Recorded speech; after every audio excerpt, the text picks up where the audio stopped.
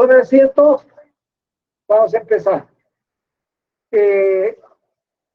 La anterior oportunidad les he comentado que el elemento fundamental de esta clase es pues aprender a investigar. Es la razón de ser de esta asignatura. Tomando en cuenta los indicadores que les he comentado la anterior oportunidad. Básicamente,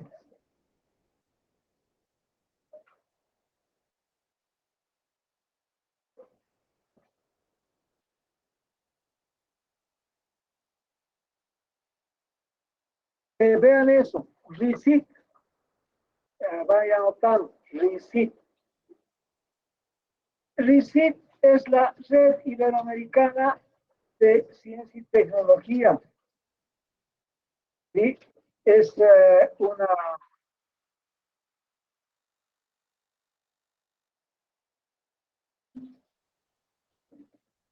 Ahí está RICIT, ¿sí? Y ahí entró RICIT. Es la Red de Indicadores de Ciencia y Tecnología, ¿sí? Iberoamericana e Interamericana, ¿sí? Red de Indicadores de Ciencia y Tecnología, ¿sí?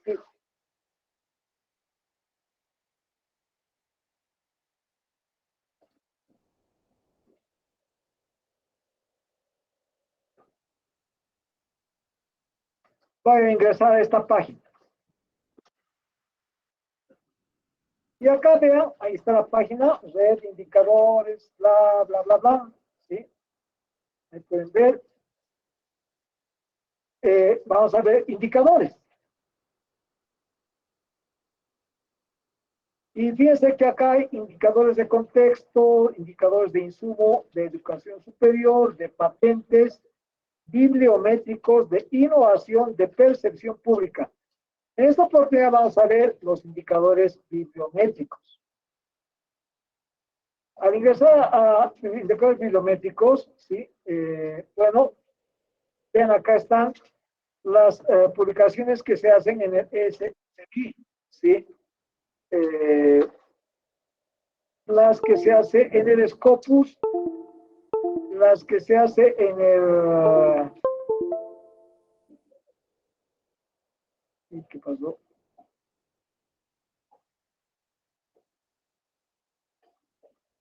Las que se hacen en el Scopus y en el Medline, periódica, clase y el Linux. Más o menos vamos a ver uno por uno, ¿sí? Primero vamos a ver las publicaciones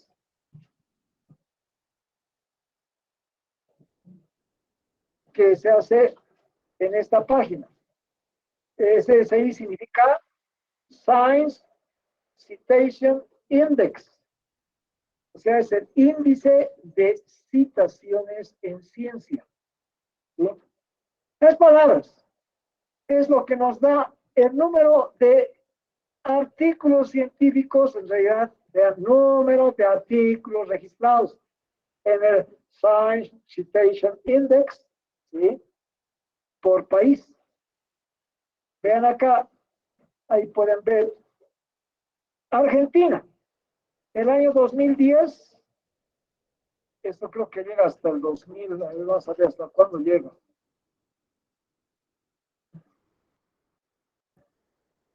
Hasta el 2019, creo que del 2019 no hay datos. Vamos a tomar el 2018 como pauta. Argentina, mire, tenía el 2010 ha publicado 9.165 artículos científicos. El 2018 ha subido a 12.403. Estados Unidos, vean qué terrible, ¿no? Tiene el año 2010 511.000 artículos y ha subido el 2018 a 617.000. En esta página creo que está España, total, creo que estaba España, no, creo que no está España.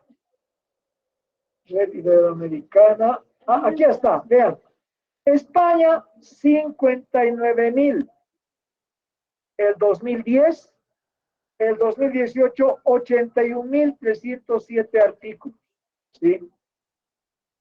México, mira, México tiene 11.410 artículos en 2010, 19.000 en 2018. Artículos, ¿estamos de acuerdo? Veamos Bolivia. El año 2010, 238. El año 2018, 360. ¿Se pueden dar cuenta? ¿Se pueden dar cuenta? Tan chiquitos somos, pero chiquitos no en términos realmente de impacto. En realidad, el impacto de estas publicaciones es peor todavía. Y eso revela dónde, en lo que les he mostrado la anterior clase. ¿Se acuerdan que la última columna decía citas, número de citas? Porque no basta escribir. Es lo terrible. No puede escribir bien, bonito. El problema está en que lo lean y lo utilicen otros. ¿Se dan cuenta lo terrible? O sea, ya no depende de uno como tal, sino depende de la publicación que uno ha hecho, del tema que ha investigado, del problema que está resolviendo, para que otros vean aquello y lo tomen y lo citen.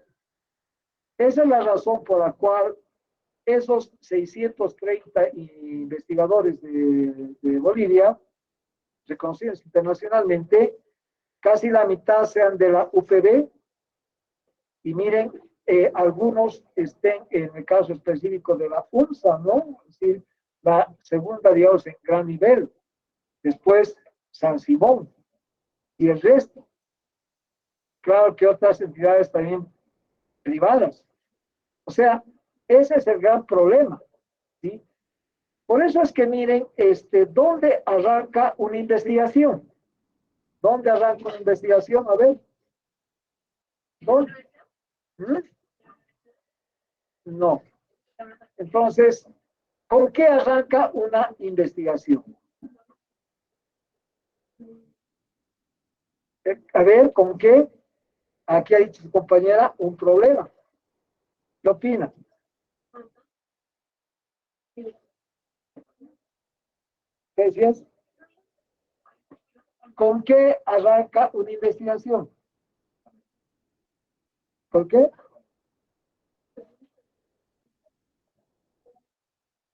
Con, con una duda, o sea, una pregunta, ¿no? Porque una duda se expresa en una pregunta. ¿Esto es o esto es? Esa es una duda. Podría ser una pregunta, ¿no? Bueno, en realidad, miren, es un poco difícil responder a eso, porque todo depende de la persona. La persona en la práctica no es solo un objeto físico, sino es un objeto formado socialmente. O sea, todos nosotros, eh, seres humanos, tenemos la impronta de la formación que hemos recibido. Primero, la familia. Segundo, el colegio. Tercero, el medio en el que uno se ha desarrollado. No es lo mismo en un hogar en el cual a la hora de almuerzo están viendo su celular cada uno, etcétera, y comen de vez en cuando, o está ahí en la televisión, están viendo la televisión. Y otra cosa, uno va donde están comiendo y mientras están comiendo están discutiendo de la editorial del periódico que ha salido, del problema económico que está viviendo el país, de las etcétera, donde están analizando, discutiendo, intercambiando opiniones. Y eso a diario. Es obvio que las personas jóvenes que están en ese medio van a tener otra configuración del otro lado. Por eso digo que empieza todo ahí. Ahí es donde empieza. Empieza cuando uno lleva el problema, es decir, un problema a los que están en su entorno. Eso significa los amigos. ¿Cuál es el entorno? Son los amigos. Y ahí hay cambios sustantivos, ¿no? Es decir, hay algunos que van a hablar, qué sé yo, enamorados, enamorados, cine, juegos, qué sé yo. O sea, es la relación humana. Son los intereses colectivos.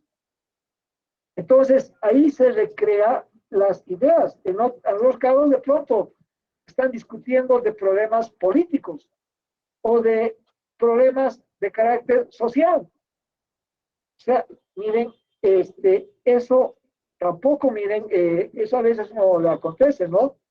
Uno busca los iguales, así llamaremos, con quienes se siente bien al hablar de ciertos temas y rechaza aquellos donde son temas que no le gustan, ¿no? O sea, no le parece.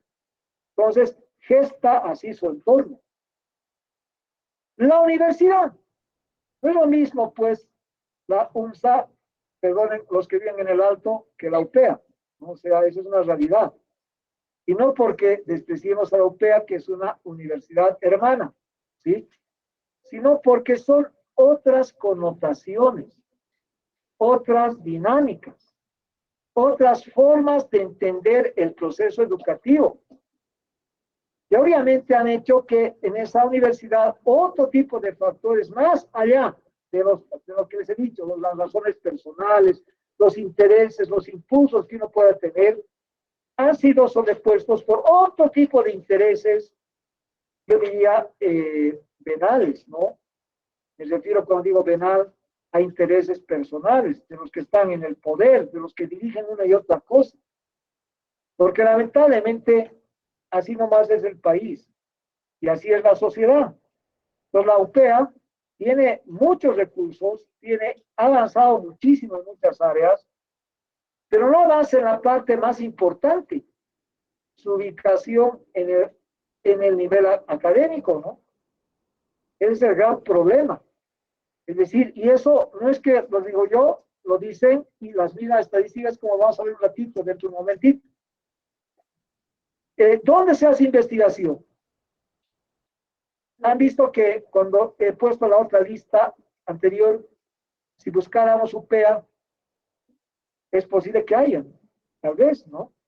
No sé, no lo he hecho todavía, lo voy a hacer, porque esa lista es muy fácil de trabajarla, capturarla con el Excel y luego en el Excel organizar. Podemos hacer eso como un ejercicio, pero en la práctica no viene tanto al caso, ¿no? En este momento. Lo que yo quiero es que entiendan que este es el panorama de la investigación. País muy terrible, ¿no? Miren, nosotros tenemos un equipo, un secuenciador. Para los que no saben, un secuenciador es un aparato muy delicado que se utiliza para verificar, como dice, la secuencia de ADN.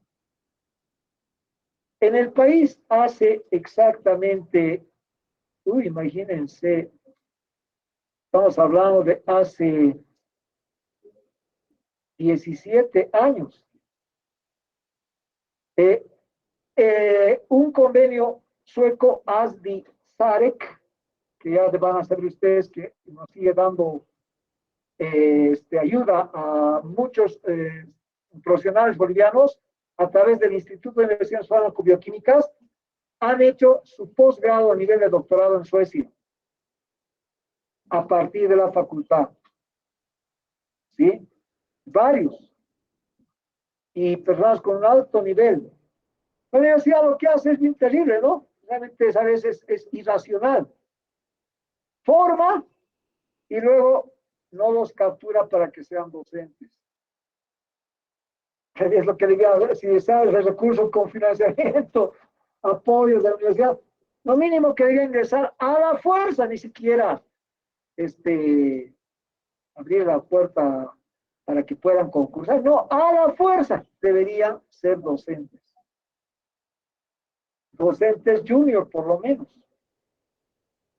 Y deberían estar dando devolviendo a la universidad lo que la universidad le ha dado o le ha dado la posibilidad. ¿Dónde están estos PhD que salen de la universidad? La usan en el sistema privado, en las empresas privadas que los requieren, pues, los demandan, y donde obviamente les deben pagar mejor. No en todos los casos, por si acaso. Pero miren, esa es la triste realidad, ¿sí? Ese secuenciador se dio entonces, miren, hace 17 años. ¿Se pueden dar cuenta cuánto ha avanzado la tecnología en 17 años para averiguar las secuencias de ADN? Y seguimos utilizando ese secuenciador en el llamado Instituto, ¿cómo se llama? De genética, de ingeniería genética, no sé qué diablos, que ha hecho, ha ofertado las pruebas del LAMP PCR para la COVID. Y la verdad que ahora se ha suspendido, ¿no? Se ha suspendido ese proyecto. Lo que les digo es que ese es el gran problema. La tecnología avanza. La universidad no ha podido en 17 años actualizar ese equipo. Modernizar, ya ha quedado caduco. Ya debería estar en un museo. Pero seguimos en la Universidad Mayor de San Andrés, va mejor utilizando ese equipo. Y la verdad que miren, no tenemos en el corto plazo la posibilidad de cambiarlo, de modernizarlo. ¿Por qué? Por la crisis económica que está agobiando al sistema de la Universidad Boliviana y en especial a la UNSA. Tenemos un déficit de 220 millones de bolivianos. O sea, ya se pueden dar cuenta, eso nos lleva a un gran conflicto. Por eso que en la práctica, miren cómo todo está entrelazado, todo está relacionado. No avanzamos en ciencia porque no tenemos los equipos solventes, porque despreciamos al mejor recurso humano que deberíamos de capturarlo. Esa es la causa por la cual somos tan ineficientes, que ponemos 238 en 2010 y apenas hemos subido a 360 después de 8 años. De 8 años que si sumamos el IDH que obtuvimos del Estado para la universidad, ya se pueden dar cuenta la cantidad de dinero que la universidad no ha sabido utilizar. Ese es el problema. El problema está en los actores que dirigen. Y lamentablemente nosotros no tenemos la capacidad de tomar esas decisiones como persona. Por eso que a veces, algún momento he planteado, he dicho que en la universidad tal vez tendríamos que hacer un cambio revolucionario, pero obviamente eso lo manejo con mucha discreción, porque obviamente, es decir, implica una transformación de la universidad. La esperanza que tuvimos en algún momento ha sido el segundo Congreso Interno de la UNSA. El primero se realizó ¿cuándo? 1987. Se cuenta el primero, ¿no? El estatuto de la UNSA es de ese año, 1987. ¿Cuántos años han pasado? Han pasado 35 años ya. 35 años que tenemos el mismo estatuto de la UNSA.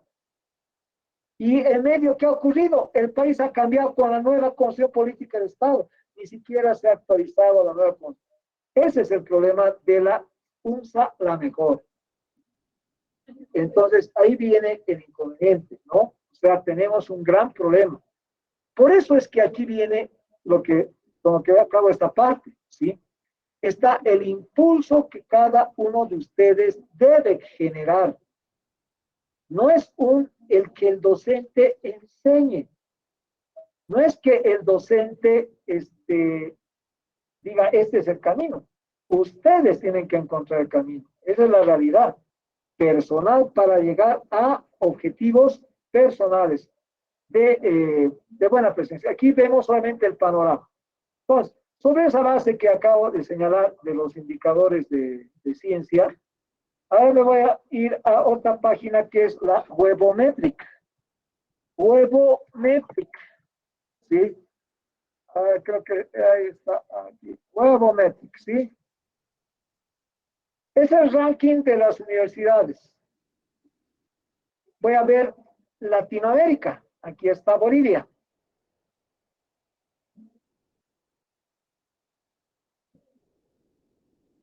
Abro Bolivia. Y aquí está. Y como ya saben, la primera universidad es la UNSA. Está en el puesto 2279 en el mundo. No está tan mal, ¿no? ¿Sí? Pues no está tan mal porque San Simón, que siempre nos ha perseguido, nos que piensa que nos va a igualar, etc. Está en la posición 4171, casi cerca a 2000 puestos por debajo de la UNSA. Después está miren, esto es interesante, miren qué terrible. La Universidad del Beni ha subido, pero terriblemente. No me explico cómo. La verdad que no me explico. Yo conozco la Universidad José Valdivian, Mariscal José Valdivian del Beni, y no sé si ustedes conocen Trinidad. Bueno, esa universidad, uno diría, pucha, es una bacana esta universidad, creo que la europea, ¿no? ¿No? Pero en la práctica, miren, tiene un desempeño que sorprende. Sorprende que esté en este lugar y con este puntaje. Y miren, a 6 puntos de la Católica. La Católica está subiendo. ¿A quién han desplazado? A la Gabriel René Moreno. La tercera universidad era la Gabriel René Moreno, la de Santa Cruz. Ahora la de Santa Cruz está en quinto lugar. Por eso que están demandando que el censo sea rápido. Está en quinto lugar, ¿se pueden dar cuenta? Y eso les comento que eso del censo no es por si acaso casual. Ustedes saben lo que va a implicar que el censo se realice ya o en 2024. Es el dinero. El número de habitantes es el que define la repartición del presupuesto del país. Y evidentemente Santa Cruz ha crecido más. Y por eso que quiere que ya se haga eso, porque van a tener más dinero. Otro, segundo, van a tener más puestos en la Asamblea Legislativa Plurinacional. O sea, no es pues, no es que, y claro, La Paz, nadie se da cuenta de eso, ni la misma universidad se pronuncia, porque a nosotros no nos convendría el censo, todavía. No nos convendría, ni le convendría al Alto. El Alto por eso se ha pronunciado que no. ¿Por qué no? Porque evidentemente, miren, la separación del Alto con La Paz es una separación a veces, como diríamos, política. Porque en realidad somos uno, con diferentes visiones, pero somos uno. Es la principal metrópoli del país, superior a Santa Cruz. Pero debido a esta figura, el Alto va a tener una partecita, La Paz va a tener una partecita, la UPEA va a tener una partecita o la UMSA va a tener otra partecita. En cambio, Gabriel René Moreno no va a tener todo. ¿Se dan cuenta? Todo, ¿no? Y eso, miren, eso es lo que no piensan muchos, ¿no? Pero esas son las cosas que sí hay que... veamos, lo más terrible, luego viene lo siguiente. Sexto lugar, la France Tamayo, la segunda universidad privada, digamos, estricta. ¿Por qué? Porque la Católica es parte del sistema de la Universidad Boliviana. La Católica, por eso que hay posibilidad de hacer traspaso a la Católica. Se puede hacer traspaso en un sentido, en otro sentido. Hay reconocimiento de materias, etcétera. Es decir, obviamente se hace la convalidación. Pero las asignaturas del sistema privado de la Univalle no se aceptan en la UNSA. No se convalidan.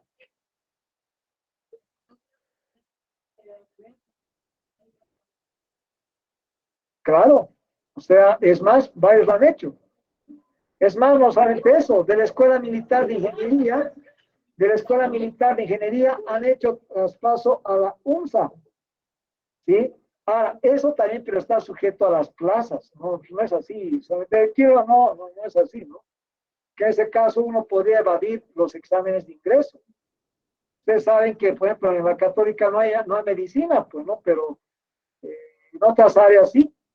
Por ejemplo, ingeniería biomédica es una carrera que hay en la católica y que ayer en Consejo Universitario hemos aprobado como programa de ingeniería. Ahora, el año que viene va a haber el programa de ingeniería biomédica en la UNSA.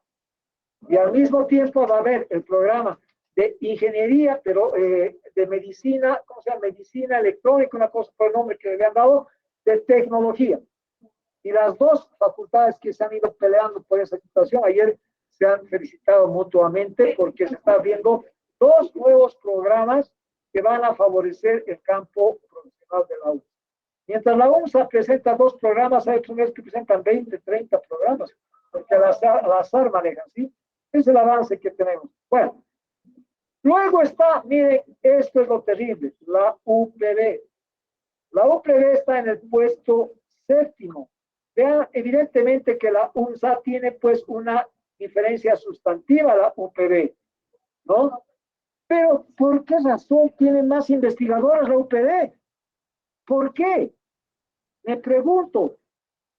Es una pregunta de investigación, ¿sí? ¿Por qué? ¿Por qué la UPB tiene más investigaciones que la Universidad de San Andrés? Mayor, sí. A ver, es una pregunta de investigación. ¿Sí? ¿Por qué? Primero debería preguntarme cuál es la distribución por, y eso podemos resolver rápidamente, ¿no? Pero la pregunta más sencilla es ¿por qué? Eso tendría que preocuparse la universidad de responder para diseñar cambios en su estructura. Por eso que miren, eso es lo que a mí más me preocupa. Antes la UPB estaba en un nivel inferior, ha ido subiendo. Y vean que la diferencia que tiene la UPB con por ejemplo, la Gabriel de Moreno es apenas de 500, un poco menos de 500 puntos. ¿Cómo será en el próximo año? La UPB avanzó, yo sabía, hasta el sexto lugar y la Franz Tamayo ha entrado en esa dinámica de competencia. O sea, la Franz Tamayo entre universidades privadas, ¿sí?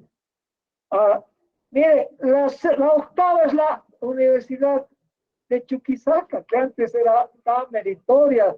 Hay la Facultad de Farmacia y Bioquímica también, ¿sí? Pero está en el puesto 6.642. O sea, entonces, ¿qué quiero decir con esto? Miren, que la investigación, evidentemente, principal se realiza en las universidades. Es una realidad. No la hacen efectivamente el Estado en sus ministerios o en sus otras organizaciones. Evidentemente algo hacen, no se puede negar que tampoco no es que no hacen nada, hacen algo. Pero la investigación fundamental es en el sistema universitario. Por eso que los científicos reconocidos no solamente son de la UNSA y del sistema universitario, son los científicos en el país. Y por eso es que, miren, hay personas que no están en ese listado por una razón simple, porque dicen, pero ¿por qué? Si he publicado. No, no es solamente publicado, es que los citen. Porque si resulta que uno publica y nadie lo cita, es como no haber publicado. Y hay que publicar ¿dónde? En las revistas de peso. ¿Sí? Y eso es lo que recoge lo que les he mostrado anteriormente. Es decir, adelante. Sí.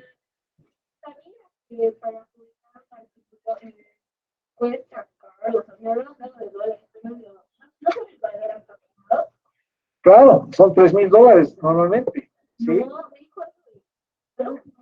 No, o sea, en una revista más o menos, por eso es que miren, estamos hablando de revistas de peso, ¿no? Peso. Es posible que cueste más, ¿sí? De peso. Pero hay pues revistas intermedias, Y hay las revistas Diamante. Eso les voy a comentar. Son revistas indexadas internacionalmente, pero que no cobran tanto. Otra cosa es que uno quiera publicar en el Nature, ¿no? El Nature o el Lancet. Uy, viene un artículo en el Lancet, ¿no? Claro que uno eleva el prestigio. Y más aún si ese artículo le origina una serie de citas internacionales. Porque la gente, ¿dónde revisa artículos? En las revistas pesadas. Es por eso que nosotros tenemos aquí una revista, ¿no? Conciencia, creo que se llama, ¿no? Que está indexada, pero que no tiene, pues, este peso, ¿no? Entonces, en la práctica, por lo menos ahí habría que escribir, ¿no? Sí, porque al final de cuentas, en realidad, su presencia internacional es, pues, mínima. O sea, esa es la situación. Bueno, entonces ya les he mostrado el Science Scientific Index, ¿no es cierto? ¿Sí? El Scopus. El Scopus. El Scopus es terrible, miren, el Scopus, ¿sí? En el Scopus tenemos 246, 422 en 2019. ¿Por qué hay diferencia en estos índices? Por las revistas que trabajan. El Scopus, ¿sí? Está auspiciado por una de las editoriales más importantes del mundo, el Sevier. Han de ustedes ver en algunos libros el Sevier, ¿sí? El Sevier es una de las editoriales más importantes, ¿sí? Pero ya vamos a pasar a eso dentro de un momento, ¿sí? Lo que aquí les estoy planteando es que veamos de una manera muy general que hay una serie de indicadores que nos dan unas pautas sobre el problema de las citaciones, sobre todo, y la producción de artículos científicos, como os he mostrado. Aquí quería ver Perú. Miren, Perú no está tan alto, ¿no? 907 a 2320. A ver, el que más se parece a nosotros, ¿cuál podría ser? A ver, Nicaragua. Nicaragua, 93, 100, están menos que nosotros. Panamá está un poquito. Paraguay está, miren, Paraguay tenía 82, pero subía a 245. Paraguay está menos, que a veces uno, claro, uno, como dice, no, sí se alegra con el mal de los otros, ¿no?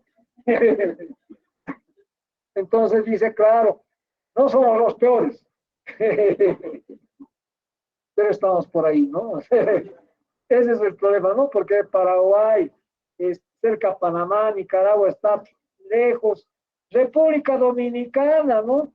Trinidad, Tobago, pero miren, hasta Venezuela nos pasa, ¿no? Miren, solamente que Venezuela, miren lo que le ha pasado con la crisis. De 1507 ha bajado a 1007. En lugar de subir, ha bajado. Es una muestra clara del desarrollo. No es que ya no tiene investigación, sino que están disminuyendo su investigación. Y Venezuela tenía el récord que tenía, empezado a bajar justo en esta época.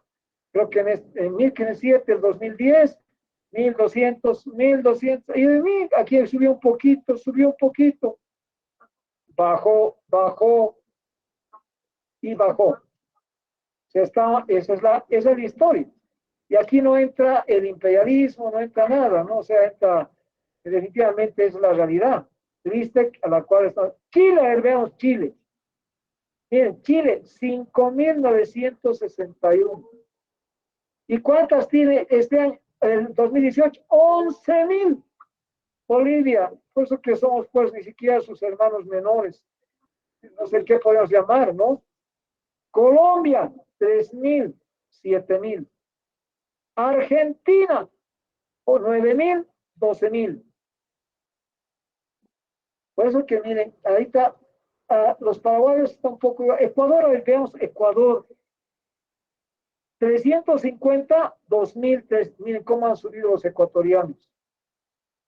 ¿Sí? Nosotros hemos subido, miren, de 238 a 360. Los ecuatorianos casi han multiplicado por 10, de 350 a 2034. Por lo menos por 8 han multiplicado. Ese es el panorama. Muy bien. Entonces, queda claro que, miren, la responsabilidad de la investigación no es solamente el amor a investigar, no es que se inculca, se crea, se gesta, y todos lo tenemos, porque todos siempre estamos con dudas, siempre nos estamos haciendo preguntas, ¿a qué hora va a terminar esta clase? Siempre estamos con preguntas, ¿sí? Es obvio, ¿no? ¿Qué habrá cocinado en mi casa? ¿Sí? Sí, sí. Esa pregunta, por ejemplo, aprobaré, ojalá que se pregunten, ¿no? Ojalá que se pregunten, ¿aprobaré metodología? Y se responda. ¿Aprobaré matemáticas? Pues se responda. ¿Sí? O sea, esa es la figura. Bueno, entonces, siempre estamos metidos en preguntas. Siempre, esa es la naturaleza del ser humano. La cosa es orientar esas preguntas. Y el hecho de que se estudie método de investigación en la Universidad María de San Andrés y en el sistema, les comento que devino de una resolución que se adoptó a nivel de un Congreso Nacional de Universidades, donde se determinó que en todas las carreras se desarrolle metodología de la investigación. Y no solamente es en todas las carreras, sino en todos los programas de posgrado. Por eso no van a encontrar ningún posgrado donde no se lleve metodología de la investigación. Y lamentablemente, es lo que menos se da importancia, tanto en el grado como en el posgrado. ¿Por qué? Precisamente porque posiblemente los mecanismos para poder llevar adelante un proceso de investigación no son tan fáciles ni diáfanos. Eso hay que señalar. Entonces vamos a ir hablando sobre ese tema. Entonces, ¿cómo empezamos la investigación? Alguien dijo una pregunta. Puede ser. Eso lo he llamado el paso, la estrategia de abajo hacia arriba. Aquí vamos a ver eso acá. ¿Sí? Acá tengo unos lineamientos sobre cómo el primer paso, definir el tema. ¿Sí? El segundo paso, ¿sí? Definir los objetivos. Tercer paso, el primer temario tentativo del marco referencial, que es donde nos hemos quedado la penúltima clase. En el temario tentativo, ahí nos hemos quedado. Bueno, pero ahora estoy volviendo a resaltar esto, ¿sí? Esta estrategia que puse acá, la de arriba hacia abajo, ¿sí?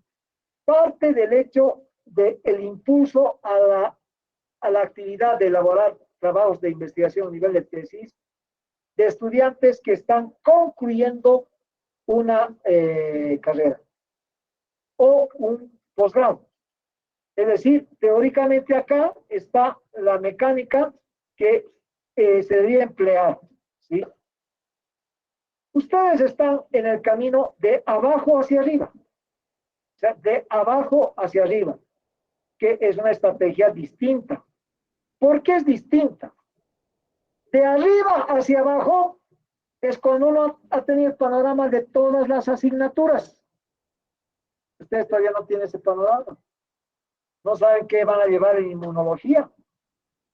Les sonará campanas de lo que van a llevar en parasitología o en hematología o en biología molecular. O sea, no tienen idea.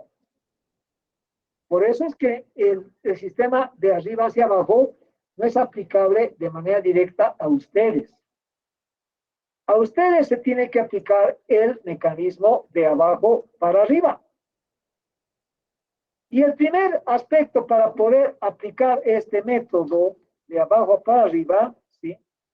Es, ¿sí? El siguiente. Primero tenemos que definir un tema. Ese tema debe ser considerado relevante, o sea, importante por razones de interés personal. ¿Me entienden? ¿Sí? Todavía no tengo una visión de todo el mundo, de las asignaturas. Tengo que ver algo que me oriente hacia este tema. ¿sí? Y ahí entran los tres elementos que marcan un viejo libro, es de 1966, de Huáscar Taborga, ¿sí? De Huáscar Taborga.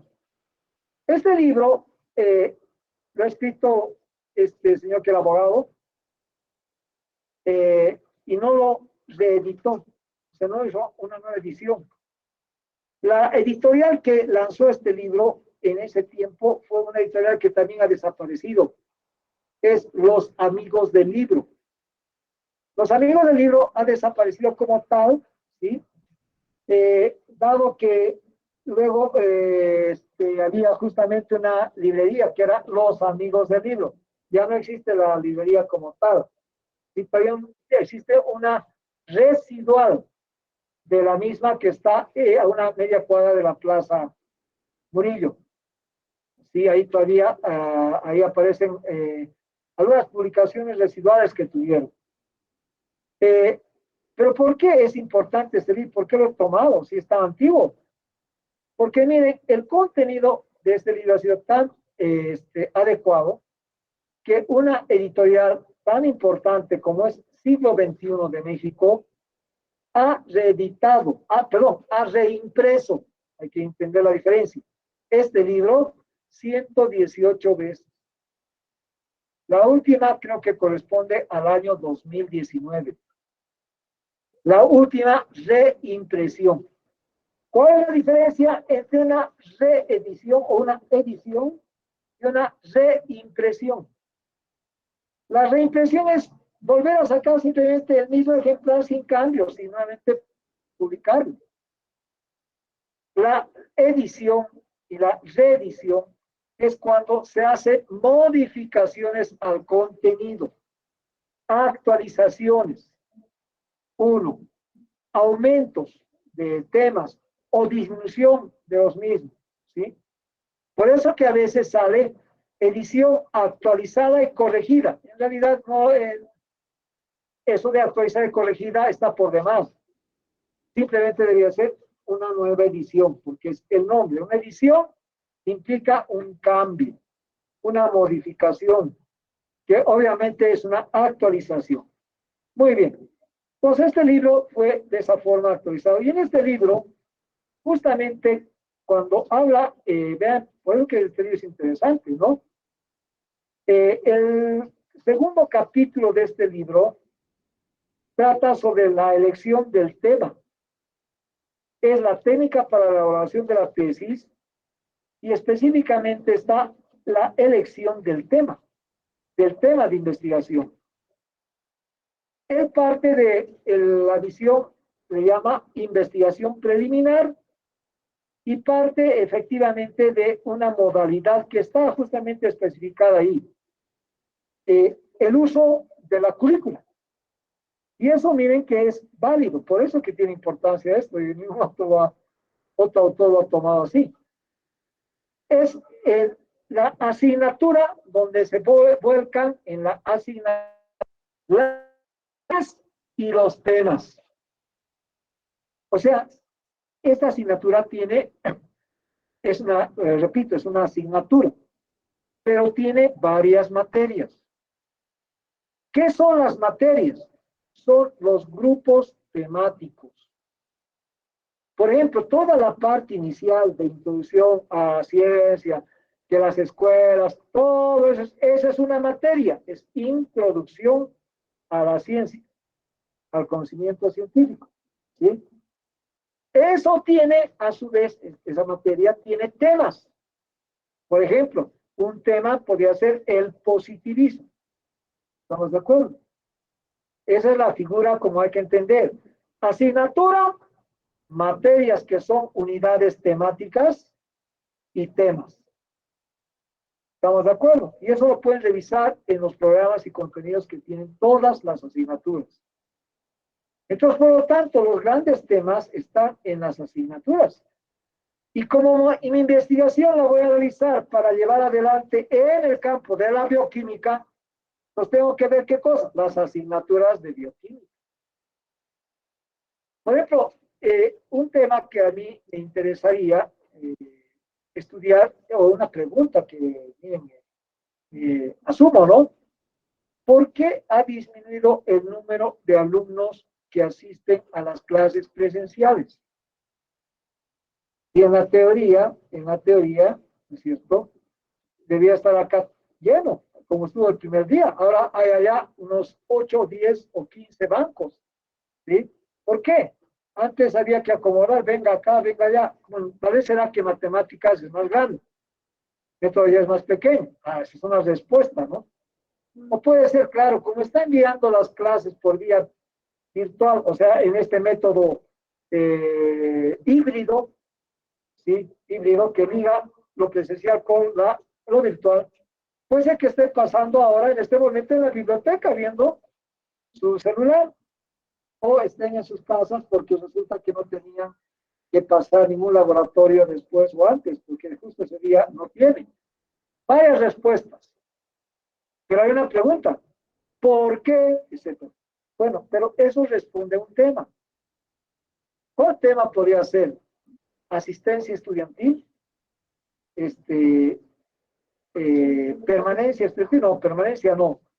A ver, ¿qué nombre puede sugerir? Asistencia estudiantil, ¿qué opinan? El tema de eso, ¿cuál podría ser? Asistencia, ¿qué opinan? A ver, ¿qué tema le da, qué nombre le dan a ese tema? Yo le pondría un tema más general. Le podría poner, por ejemplo, presencialidad académica. ¿Por qué? Pues podrías poner un tema más grande todavía, ¿no? Hibridez en la hibridez, oh, no, hibridez en la metodología de enseñanza. O podría ser entonces metodología de enseñanza. Más alto todavía, ¿no? Entonces, resulta que ese tema, así más alto, ¿sí? Lo puedo, ya tiene un nombre, ¿no? Un nombre, ¿sí? Puedo escoger el que más me parezca. Por ejemplo, podría ser presencialidad académica. ¿Por qué? Porque lo que me llama la atención es que no haya presencia en clases presenciales. Y entonces eso le estoy llamando presencialidad académica, a ese tema. Entonces, ¿dónde diablos está ese tema? Obviamente no está en ninguno de los temas de las asignaturas que ustedes van a desarrollar. ¿Dónde va a estar ese tema? Bien, en el programa de la carrera de pedagogía de la Facultad de Humanidades y Ciencias de Educación. Realmente debe ser un tema que debe estar ¿dónde?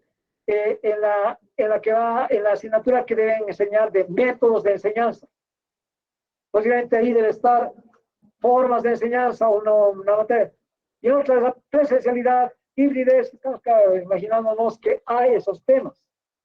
¿Pero dónde? En el programa de esa carrera. Pero no vamos a investigar eso, porque no estamos en ciencias de la educación ni en pedagogía. Estamos en bioquímica. Por lo tanto, el tema tiene que estar vinculado a las asignaturas que nosotros tenemos. Y como nosotros estamos en primer año, tenemos un gran problema, ¿sí? No tenemos el conocimiento global. Entonces hemos tenido que definir otra forma de asumir el tema. ¿Cuál es? Es la imposición académica. ¿Y cuál es la imposición académica? Es que el docente fija el tema. Hay que entender que imposición no está desde el punto de vista peyorativo, o sea, de mando, ¿no?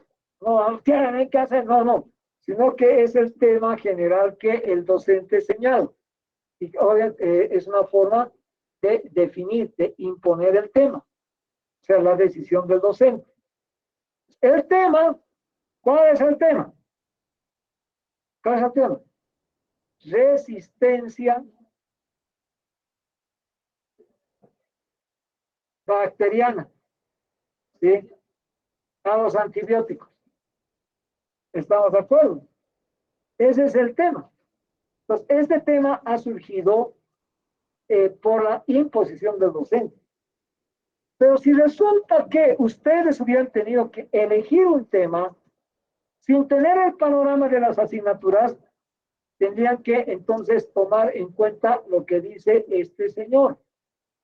Y este señor, les he explicado, maneja 3 elementos para definir un tema. Está en una formulita que él ha puesto en su librito. ¿Sí? Esa formulita es interés más capacidad más posibilidad. Así es como él define el tema a elegir. Y lo pone, obviamente en el capítulo de elección del tema, ahí es donde él señala algunas características generales que tienen los temas y su clasificación. Y luego ahí habla específicamente sobre lo que acabo de señalar, esa ligazón entre esos componentes, entre esos 3 componentes, el interés, la capacidad y la posibilidad. ¿Cómo entiende este autor el interés? Él maneja varios tipos de interés, ¿sí? Él maneja el interés, primero, les voy a leer lo que dice, ¿no? Espontáneo, ¿sí? No, yo no he puesto ese nombre, yo he puesto interés personal. Se ha adaptado lo que él dice, interés espontáneo, a interés personal. ¿Por qué? Porque todos ustedes, esa espontaneidad es pues una respuesta de interés individual. ¿Estamos de acuerdo? Segundo, él plantea el interés por razones de trabajo. Yo le he llamado interés laboral. Para ascender en trabajo, es decir, este es un tema de investigación en ese campo. El tercero que plantea interés por motivos de especialización. Yo lo he denominado interés académico. ¿Sí? El cuarto que pone el autor es interés científico. Ahí sí coincide. Interés científico. O sea, es el gusto por algún tema que me llama la atención desde el punto de vista científico. O sea, pero fíjense que no es que están separados, sino que constituyen una realidad los intereses. Y eso ya no ha desarrollado él. Yo le he llamado motivación. ¿Estamos de acuerdo? Motivación. Por eso que aquí he puesto así. Razón intelectual, motivación. Porque es así.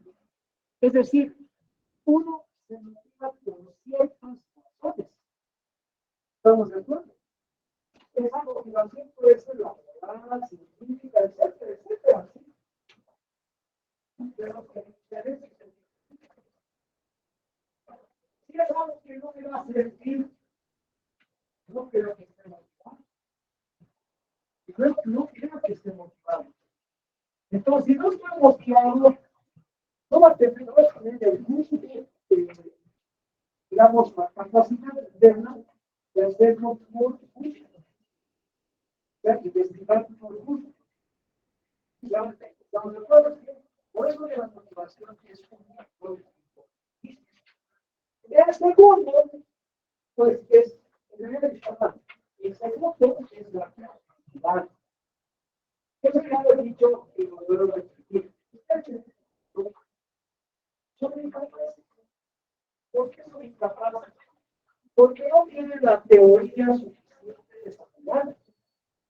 Recién están entrando, no saben las cosas. Por eso que esas capacidades hay.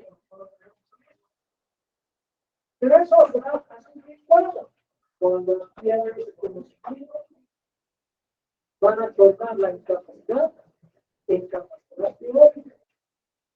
Pero van a tener un claro limitante, ¿cuál? No van a tener experiencia, no van a tener práctica, van a saber cómo se hace una prueba, cómo se hace una prueba, cómo se utiliza, saber teóricamente. Pero cuando esto, cuando se va a la primera vez, no te nada.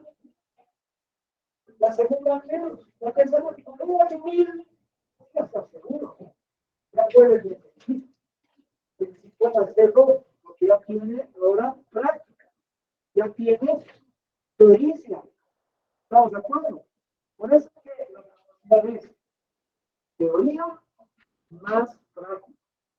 ¿Estamos de acuerdo? No hay otra forma. Es teoría más práctica. Entonces, viene el tercer elemento que ahí está como segundo. Es la parte específica de las posibilidades. Eso también hay que tomar en cuenta. ¿Por qué? Para este autor, las posibilidades solamente están vinculadas, por si acaso, a la posibilidad noceológica, o sea, la posibilidad de conocer información. Así lo entiendo, la posibilidad noceológica. Ese problema de la capacidad que les he dicho, él lo entiende de otra forma. Él maneja, dice, conocimiento y experiencia. ¿Qué más lo mismo? ¿Estamos de acuerdo? Bajo esa situación, posibilidad, él es muy limitante, solamente está en la posibilidad noceológica. Pero aquí hemos hablado de uno. Yo puedo tener buena motivación, puedo tener buena capacidad,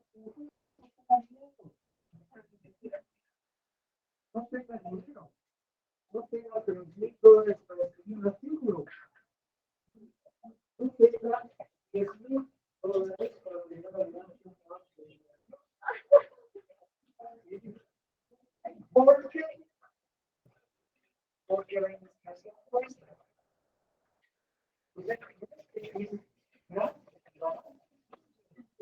Por eso se mide el IDH. El IDH. Lo que ha hecho, ¿saben lo que es el IDH, no? Es el impuesto a los hidrocarburos. ¿Sí? Por eso muchas veces eso yo les voy a comentar, no es que quisiera que entiendan cómo es, ¿sí? Porque así nomás es la cosa. Antes de que se nacionalice los hidrocarburos, entre comillas nacionalice, ¿sí? ¿Cómo se hacía la investigación en la universidad? Eran de fondos que venían del Estado. Es decir, de nuestro presupuesto había que dividir para todas las actividades. Entre ellas, la más importante era pagar salarios. Porque obviamente sin salarios no hay pues docentes. Son trabajadores, igual administrativos. Entonces, casi todo se iba pues a salarios. Y para la educación, para la formación de una cantidad reducida. ¿Qué es lo que ocurría? Es decir, la lucha de los estudiantes en esos tiempos era por mantener la regla de oro. ¿Y cuál era la regla de oro? 50% para salario, 50% para las actividades académicas. Pero eso era difícil. Entonces, lo que la realidad era que el 90% era salario y el 10% era para actividades académicas. Por eso es que la UNSA, la mejor, ¿sí? No tenía y no tiene suscripciones a revistas. En ese tiempo no había pues internet, no había lo que vamos a ver hoy día. Entonces, ¿qué es lo que ocurre? Las universidades grandes destinaban importantes montos de su presupuesto para pagar suscripciones a revistas. Ahí está el conocimiento. En este país, todos, ¿qué universidad? Alguna que otra. Evidentemente, algunas privadas sí. La católica tenía varias suscripciones. ¿Sí? La Galería de Memoria y San Simón. Y no usan nada. Aquí se compró en la Academia la suscripción a una revista Inadiro, que obviamente no es que deben saber que no es que llegó pues 1,000 ejemplares de la revista, tenía 3 ejemplares de la compra. Y los 3, algunos vivos no pero están llevando toda la revista. Y aquí ni siquiera en la biblioteca, pero los pedí. Lo ya pagaban y entre comillas los científicos se llevaron la revista, ¿no? Porque teóricamente era aumentado. Y la gente, entre comillas, como no tenía tenía acceso a esa revista, a esa única revista indexada. Pues, ¿qué se hacía para poder aquello compensar? Se recurría a un sistema que se llamaba el sistema Linux, que también está en ese listado que les he dicho, que hemos estado, caballito está Linux. Era digamos, una situación que nos daba la OPS. Había que ir a la biblioteca de medicina, y ahí nos entregaban unos archivadores bien sucios, porque no dejaban desarrollar, donde estaban listados de temas. Y ahí había que revisar, ¿no? Buscando un resumen. Y de acuerdo a la lectura del resumen, uno tenía que pagar en la biblioteca para que traigan el artículo impreso por fax. Eso que costaba. Y así llegaban los artículos. De ese modo tenía que ir a empezar a pagar estudiantes, docentes, ¿quién le estoy pagando para corregir un artículo que pusiera en el contenido de los artículos?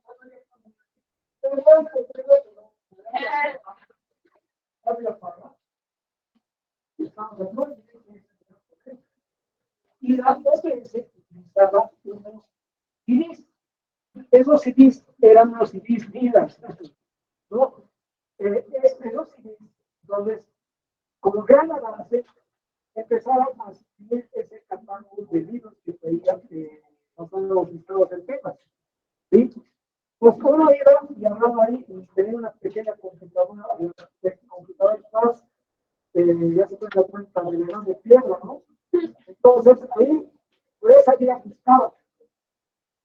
Y ahí, en el CD, estaba el artículo. Entonces, lo imprimía, y de ese modo que uno pagaba igual, y así era como se tenía información. Esa era, miren, la única forma en la cual, en alguna medida, en el área de salud, algunos artículos de revista, algunas investigaciones tuvieron el sustento en artículos de revistas. Por eso es que la investigación avanza. Miren, en la práctica, pasó un tiempo y la OPS, más que todo la OPS, saben que la OPS es el sistema que depende de la OMS. La OMS es a nivel mundial. ¿Sí? El brazo latinoamericano es la OPS, la Organización Panamericana de la Salud. La que nos dictaba esos índices oficiales era la OPS, a través de lo que se llama el BIREDE. ¿Qué era el BIREDE? ¿Qué es el BIREDE? La Biblioteca Regional de Medicina, con sede en Brasil. Entonces, es así la estructura que se da. Entonces, resulta que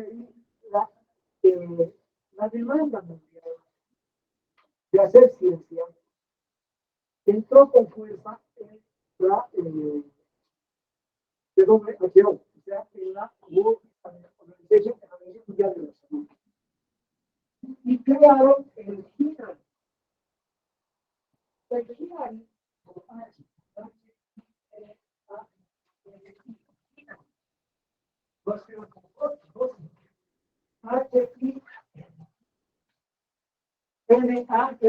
GINAI, ahí estamos a ver, ¿sí? El GINAI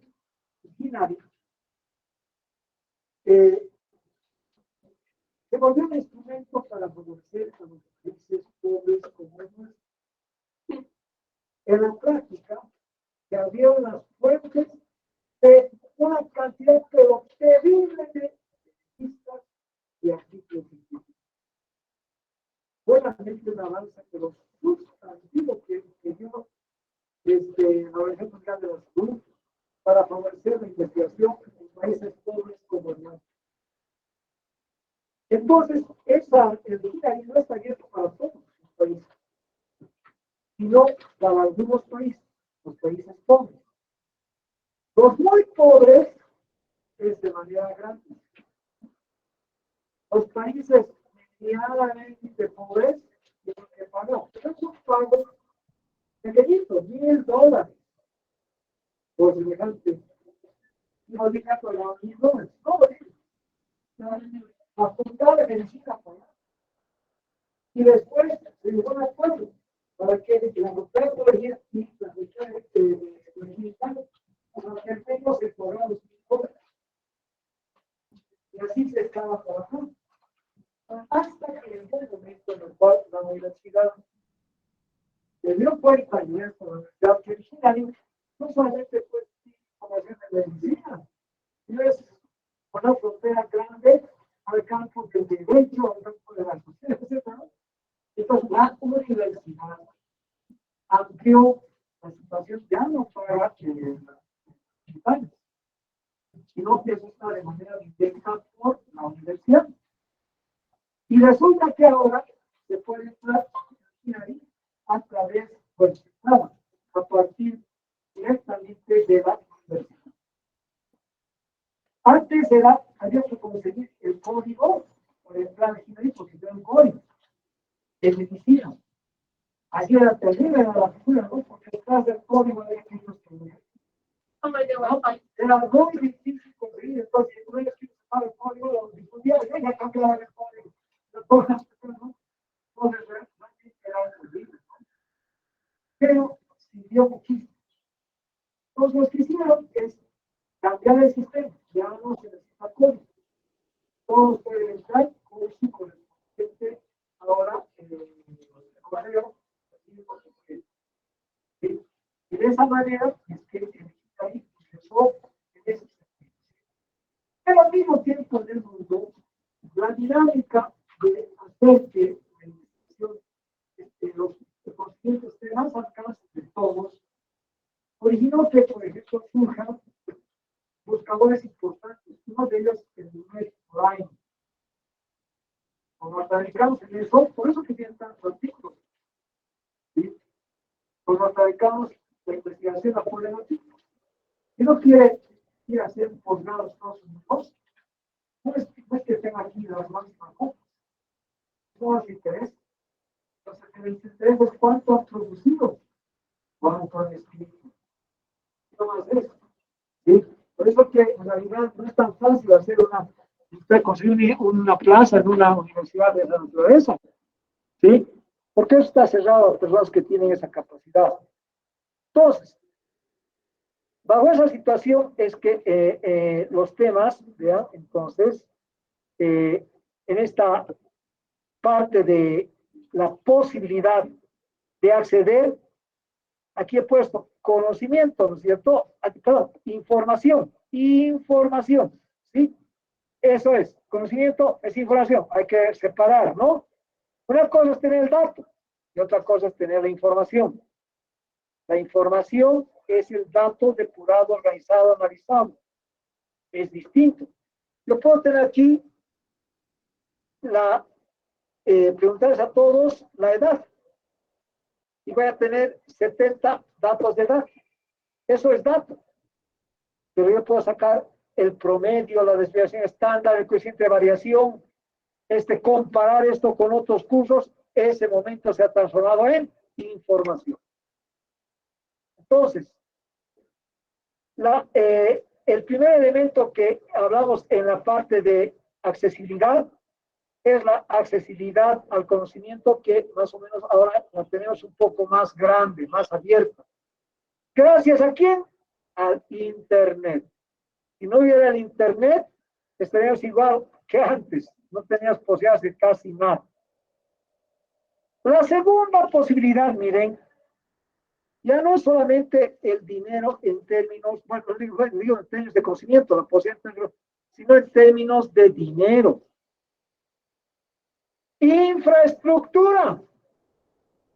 Vean acá el laboratorio. A ver, les hago una pregunta. ¿Ustedes piensan que no es una investigación al instituto? Es para hacerlo. Al celular hizo el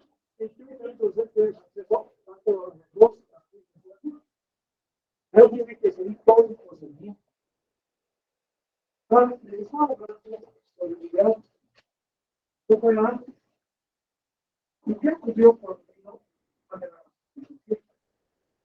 se privó el impuesto a los decisión de la universidad de ganar un monto de inversión destinado a la investigación, del cual no puede tomarse un caso para pagar salario. Hay infraestructura a proyectos estudiantiles. Mira qué interesante. Por eso es que en realidad, miren, puede haber crisis en la parte económica de pagar salarios, pero no se puede tocar los fondos de VIH para investigación. Eso ha hecho que, miren, en la universidad, como otros los institutos, actualmente hay 55 institutos en la. Acá nomás tenemos el Instituto de Ciencias Farmacobiológicas en el piso superior, el CERAM. Son dos institutos que funcionan de esa forma. Allá frente está el Instituto de Biología de la Natura, del IVA, de Medicina. Está al frente de Medicina, o al frente de todas. Y está en el piso 9 el Instituto de Genética Humana. Aquí se ha intentado crear otro instituto, el Instituto de Ingeniería Genética, lo que no ha avanzado mucho. Miren, tenemos pocos institutos en esta área, pero son institutos pensados. En otras facultades, cada una tiene su correspondiente instituto, en las mismas carreras.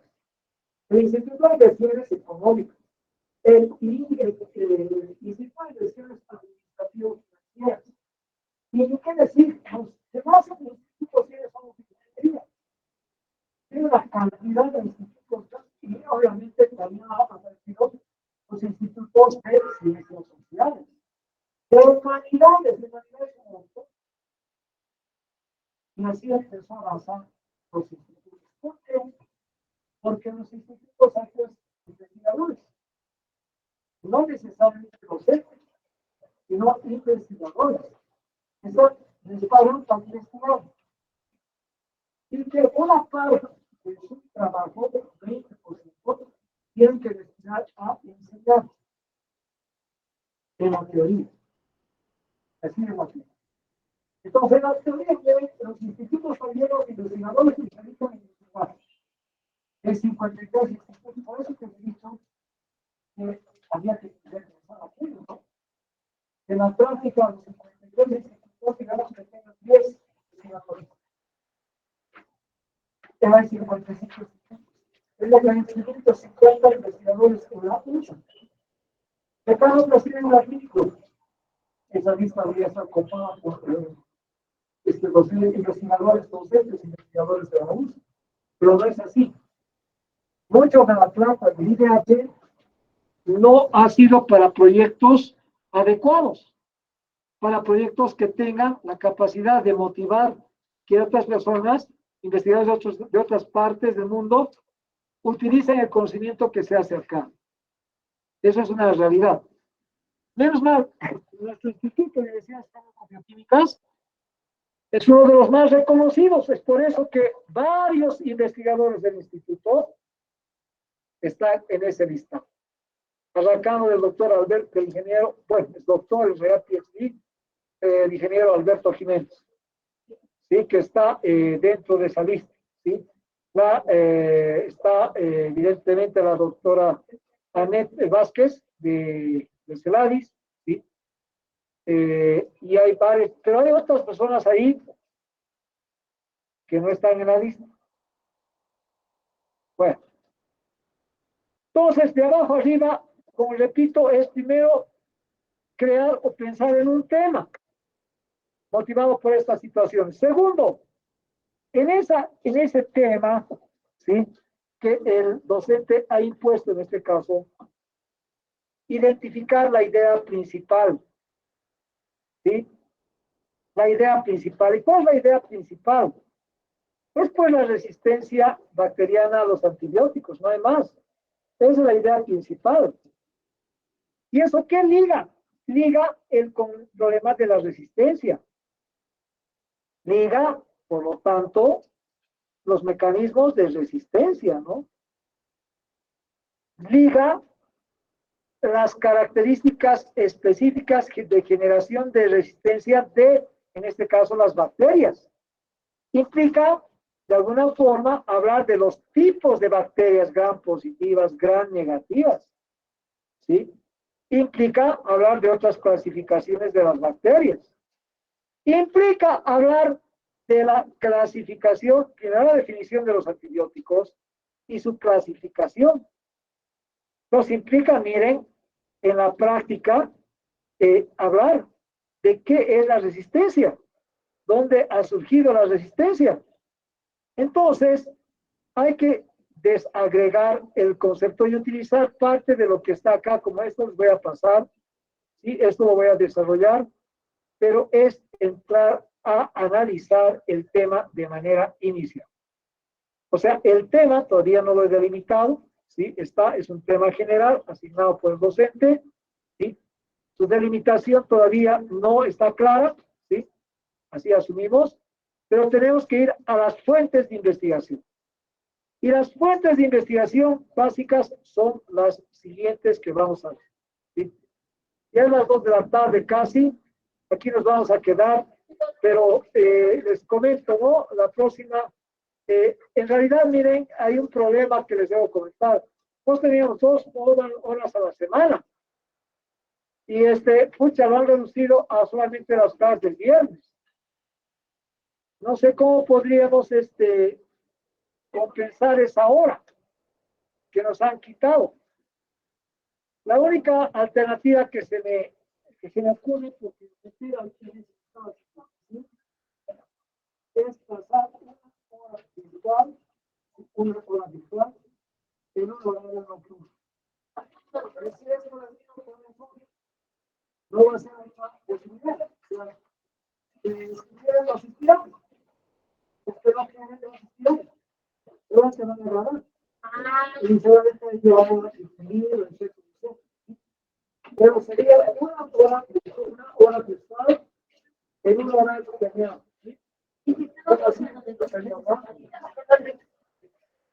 Ese horario que estoy señalando, ¿sí? Pero voy a ver cuando voy a dejar sujeto a las actividades. Estoy iniciando un segundo diplomado de estudios. Voy a pasar por el 19:30 a 21:30. De lunes a jueves. Eso hay que dar hasta el día jueves. Los días sábados yo voy a pasar desde 8 a 17 horas en otro curso. Estoy empezando a estudiar